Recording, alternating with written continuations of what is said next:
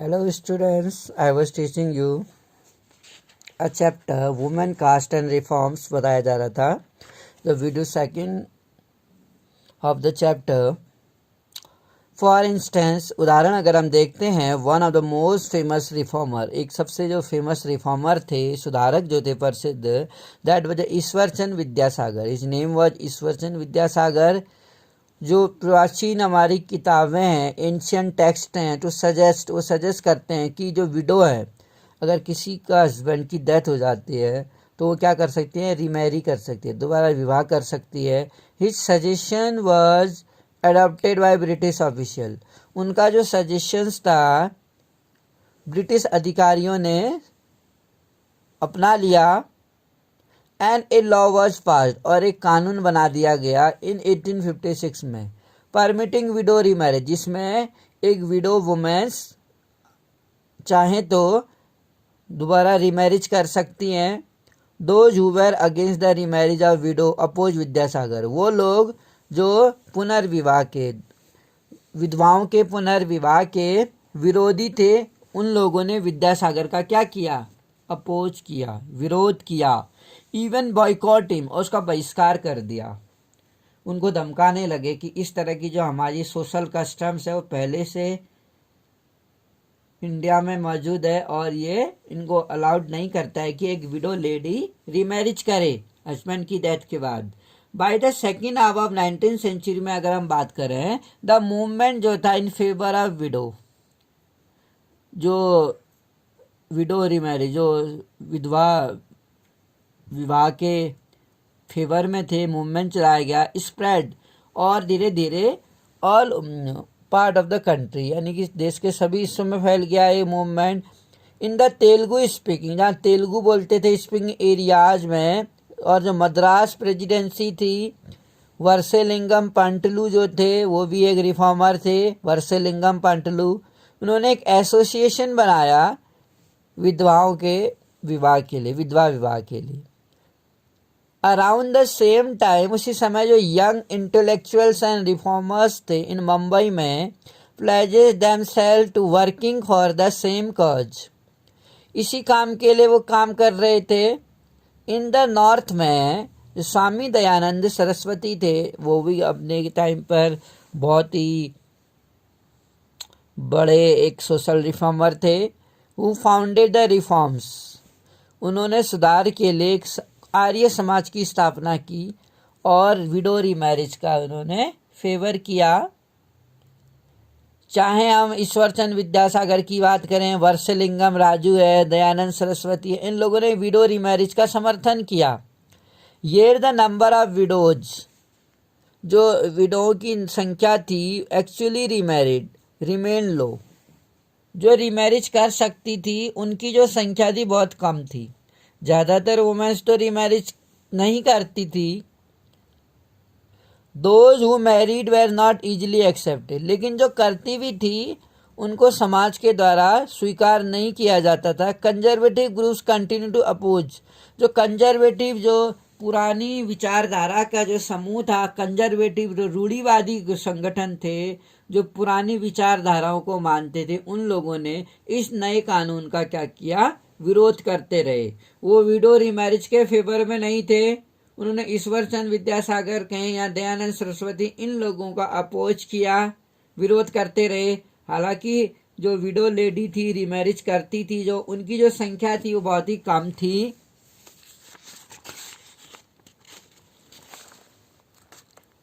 ईश्वरचंद विद्यासागर हम देख सकते हैं कि वो कैसे दिखा करते थे. अगर हम बात करें यहाँ पर, girls begin going to school, जो गर्ल्स थी, पहले तो गर्ल्स को एजुकेशन से दूर रखा जाता था, इन्फीरियर मानी जाती थी, वो घर के कामों में ही ज़्यादा इंगेज रहती थी.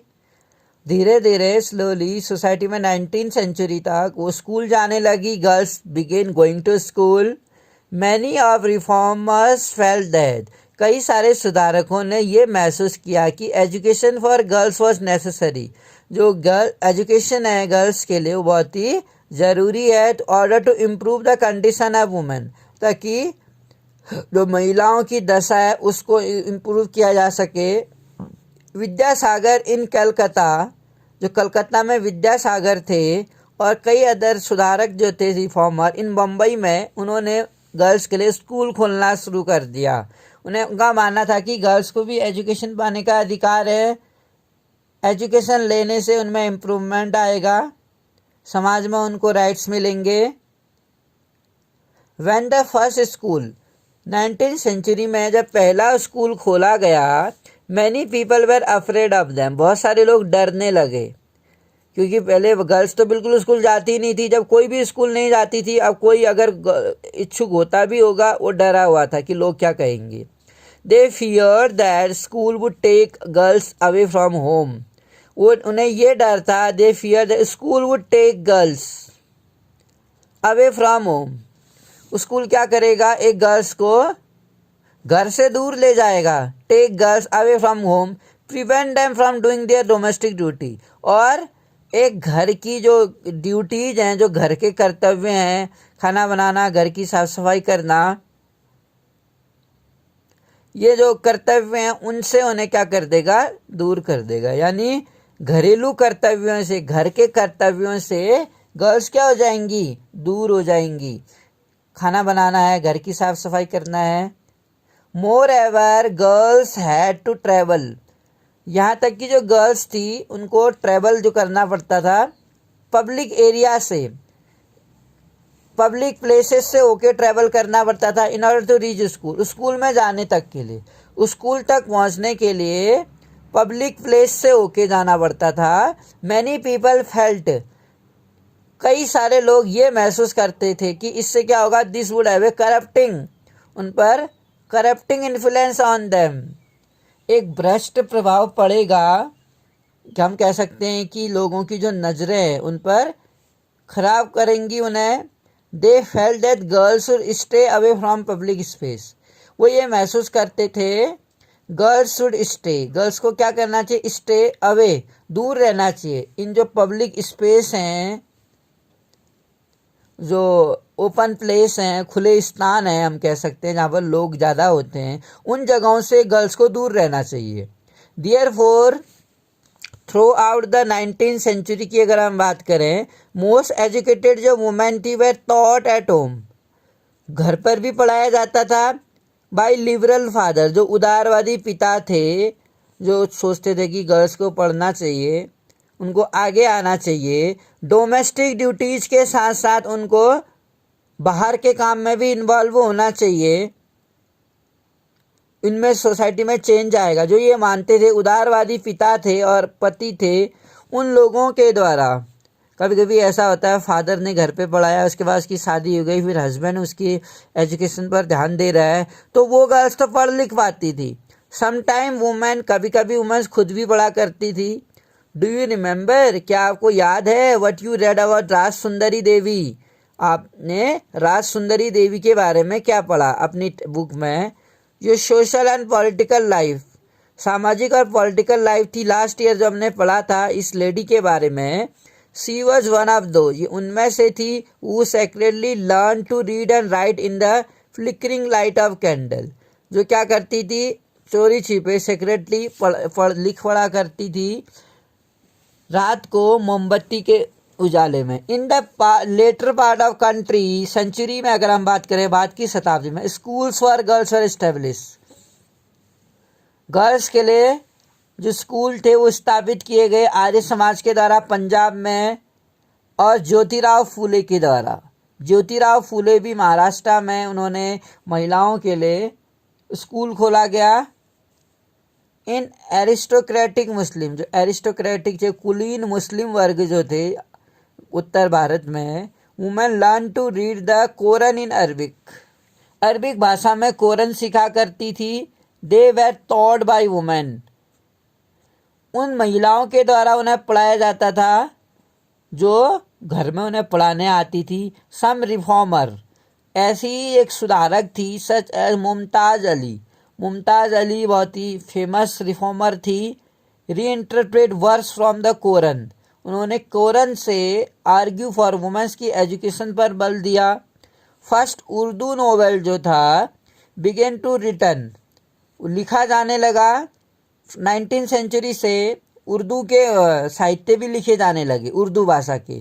अमंग अदर थिंग्स की अगर हम बात करें, these were mean to encourage women, जो इसका जो वुमेन्स को एजुकेशन को इम्प्रूव करना था, इंकरेज करना था। Womens to read our religion, जिससे कि महिलाएं अपने धर्म के बारे में पढ़ें। और डोमेस्टिक मैनेजमेंट, जो एक घरेलू मैनेजमेंट था, in language they could understand, जिसमें वो समझ सकती थी। वुमेन्स राइट अबाउट वुमेन, खुद महिलाओं ने जो पढ़ लिख सकी थी, जिन्होंने चेंज लाया अपनी लाइफ में, उन्होंने महिलाओं के बारे में लिखा। From the early 20th century से मुस्लिम वुमेन जो थी, like the Begum of Bhopal, जैसे भोपाल की जो बेगमें थी, प्लेड ए नोटेबल रोल निभाया इन प्रमोटिंग एजुकेशन को प्रमोट करने के लिए among the women. They founded A primary school, उन्होंने एक प्राइमरी स्कूल फाउंड किया फॉर गर्ल्स के लिए अलीगढ़ में।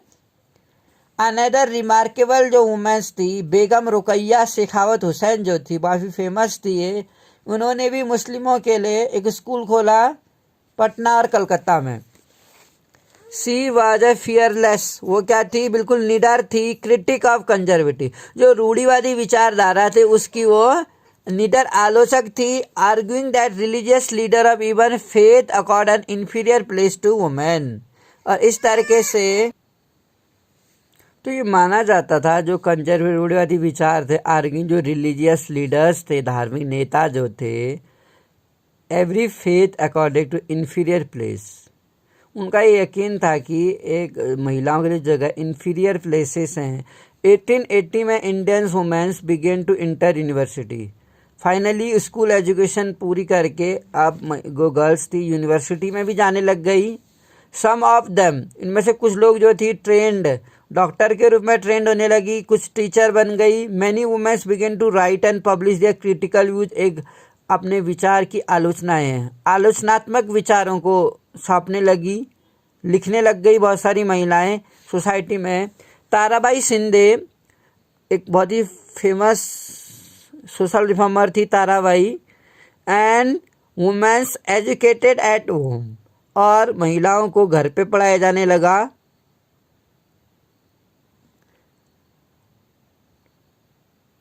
उन्होंने एक बुक पब्लिश की, स्त्री पुरुष तुलना, जिस बुक का नाम था स्त्री और पुरुष की तुलना, comparison between women and man, जिसमें महिलाओं और पुरुष की तुलना की जाती है, इसलिए उन्होंने स्त्री पुरुष तुलना लिखी।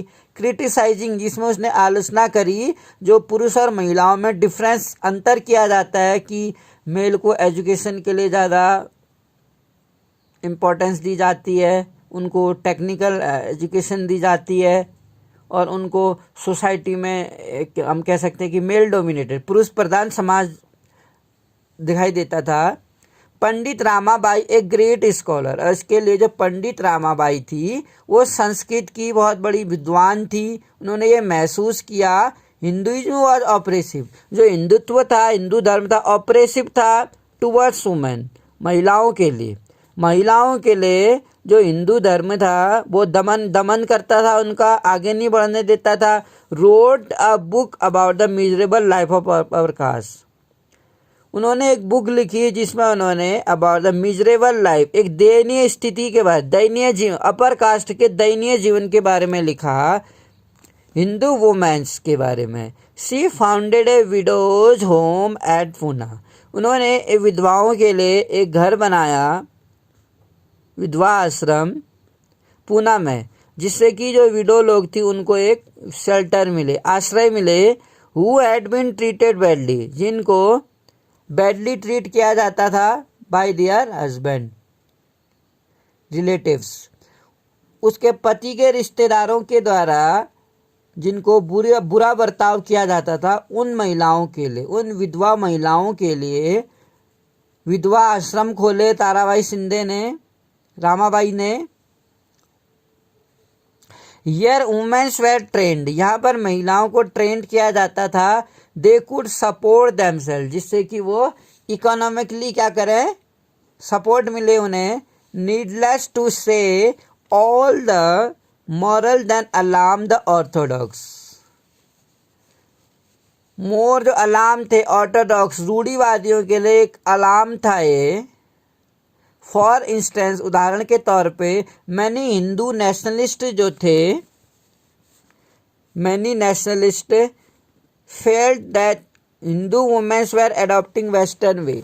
उनका ये मानना था, जो हिंदू राष्ट्रवादी थे, देश प्रेमी जो थे, हिंदू वुमेन वेर एडॉप्टिंग, जो हिंदू महिलाएं हैं वो वेस्टर्न पश्चिमी तरीके अपना रही थी, and this would corrupt Hindu culture, और जिससे जो हिंदू संस्कृति है वो करप्ट हो रही थी, वो भ्रष्ट हो रही थी, हमारी हिंदू संस्कृति भ्रष्ट हो रही थी उनके पश्चिमी कल्चर को अपनाने से, और इरॉड फैमिली और परिवार इससे इरॉड हो रही थी। वैल्यूज जो थी, फैमिली वैल्यूज जो थी, जो पारिवारिक महत्व हम कह सकते हैं, ऑर्थोडॉक्स मुस्लिम जो रूढ़िवादी मुस्लिम थी वे भी चिंतित थी अबाउट द इम्पैक्ट इस तरह के बदलाव से। अगर हम देख सकते हैं कि बहुत सारी वुमेन्स बाल काट देती थी अपने, या स्टाइलिश कपड़े वो करती थी, जिससे हमारा इंडियन जो कल्चर था वो कहीं ना कहीं करप्ट हो रहा था। As you can see, by the end of 19th century, women themselves were actively working for reforms. 19th century में आते आते वुमेन्स themselves, जो वुमेन्स थी, themselves were actively working, वो रिफॉर्म्स के लिए क्या कर रही थी, काम कर रही थी। दे रोड बुक्स, उन्होंने किताबें लिखी, एडिटेड मैगजीन्स लिखे, फाउंडेड स्कूल, और स्कूल को बाय एंड ट्रेनिंग सेंटर्स थे, and set up womens association, और जो वुमेन्स थी उनका एक एसोसिएशन बनाया। From the early 20th century से अगर हम देखें, दे फॉर्म्ड पॉलिटिकल प्रेशर, उन पे क्या था, जैसे कि उन्होंने बहुत सारी किताबें लिखी, मैगजीन्स लिखे, स्कूल ट्रेनिंग सेंटर्स थे, और वुमेन्स के लिए एसोसिएशन भी बनाए। तो 19th सेंचुरी में उन्होंने एक पॉलिटिकल प्रेशर ग्रुप बनाया टू पुश दो लॉ फॉर फीमेल सफरेजी, जिससे कि फीमेल भी क्या कर रहे हैं, उन्हें वोट देने का राइट मिले, फीमेल सफरेजी के लिए, राइट टू वोट के लिए प्रेशर दबाव बना सकें वो, इसलिए उन्होंने एक पॉलिटिकल एसोसिएशन भी बनाया। बेटर हेल्थ केयर और एजुकेशन उन्हें मिले, स्वास्थ्य की और शिक्षा की सुविधाएं उन्हें मिले। सम ऑफ देम ज्वाइन, इनमें से बहुत सारे लोगों ने वेरियस काइंड ऑफ नेशनलिस्ट, जो अन्य प्रकार के हमारी महिलाएं थी, नेशनलिस्ट जो थे, राष्ट्रवादी, देश प्रेमी, और सामाजिक मूवमेंट में भी हिस्सा लिया 1920 में। इन 1920 में, इन द 20th सेंचुरी में leaders such as Jawaharlal Nehru, जैसे कि जवाहरलाल नेहरू हैं, सुभाष चंद्र बोस हैं, लैंड देयर सपोर्ट, और उन्होंने अपना सपोर्ट दिया, और जो डिमांड थी महिलाओं की समानता के लिए और स्वतंत्रता के लिए, जो डिमांड थी उस पर हिस्सा लिया और उनको कोऑपरेट किया। लीडर, नेशनलिस्ट लीडर जो थे, उन्होंने ये प्रॉमिस किया कि देयर वुड बी फुल सफरेजी, यानी कि उन्हें सफरेजी मतलब उन्हें भी वोट देने का अधिकार मिलेगा जैसे पुरुषों को मिलता था। मैन तो सभी सिटीजन्स को, चाहे वो मैन हो वुमेन्स को, सब लोगों को सफरेजी मिलना चाहिए आज़ादी के बाद, और ऐसा हुआ भी, वुमेन्स को भी वोट देने का अधिकार मिला। However till then they asked women for concentrate on the anti British struggle, हालांकि however till then they asked women to concentrate on anti British struggle, जो ब्रिटिश के अगेंस्ट वो स्ट्रगल कर रहे थे उसमें उन्हें हिस्सा लेने के लिए बोला गया था। यहाँ पर हमें एक फोटोग्राफ दिख रही है जिसमें हमें एक छोटी सी बच्ची दुल्हन के वेश में दिख रही है, वो दुल्हन बनी हुई है, और एक लड़का। With the growth of women, जैसे ही महिलाओं के संगठन की ग्रोथ हुई, संगठन बनने लगे, और इस पर लिखा, इन मुद्दों पर लिखा जाने लगा, writing on this issue, momentum for reforms gain strength, बहुत सारे ऐसे पल आए जिसमें इस्टेब्लिश किया गया पीपल चैलेंज, लोगों ने जो अदर तरह के रिवाज थे उसको भी एक चैलेंज किया। दैट ऑफ चाइल्ड मैरिज, जो एक उनमें से एक था, जैसे विडो मैरिज के लिए किया, चाइल्ड की गर्ल्स की एजुकेशन के लिए किया, उनके लिए सफरेजी राइट टू वोट के लिए किया। अब एक और कस्टम बा बाल विवाह, उसके अगेंस्ट भी उन्होंने चैलेंज किया। There were a number of Indian legislator in central legislative assembly में हु फॉट टू मेक, एक लॉ बनाया गया जिसमें प्रिवेंटिंग चाइल्ड मैरिज, एक बच्चों की चाइल्ड मैरिज को रोक दिया गया 1929 में। Child marriage restraint act was pass without the kind of bitter debate, बिना किसी कड़वे अनुभव चर्चा से और स्ट्रगल करने। The earlier laws as seen, जो पहले के लॉज देखे थे उसको देखते हुए 1929 में बिना ज़्यादा परिचर्चा हुई इस पर एक लॉ बना दिया गया। According to this act no man below the age of 18, इस कानून के अकॉर्डिंग कोई भी आदमी जिसकी एज 18 से कम है, और वुमेन में गर्ल्स में जिसकी एज 16 से कम है, below the age of could not marry, subsequently वो मैरी नहीं कर सकता था। यानी कोई भी बॉय जिसकी एज 18 से कम है और गर्ल में जिसकी 16 से कम है वो मैरिज नहीं कर सकता था। Subsequently these limits were raised, धीरे ये जो लिमिट्स थी वो बढ़ा दी गई, और आज की डेट में मैन के लिए जो एज है मैरिज की वो 21 है और गर्ल्स के लिए 18 एज है। Bride at the age of 18, अगर हम ब्राइड की बात करें, इसमें हम चित्र में फोटो में एक दुल्हन देख रहे हैं जो 8 साल की है। This is a picture of child bride, एक चाइल्ड ब्राइड, जो ब्राइड हम कह सकते हैं दुल्हन की पिक्चर है। At the beginning 20th century में, did you know that even today, आज भी हम देखते हैं, क्या आप जानते हैं, कह रहा है 20% ऑफ गर्ल्स जो है मैरिड 18 एज से कम की एज में उनकी मैरिज कर दी जाती है। I will understood the rest part of the chapter. I will continue in the next video. Thank you for listening me.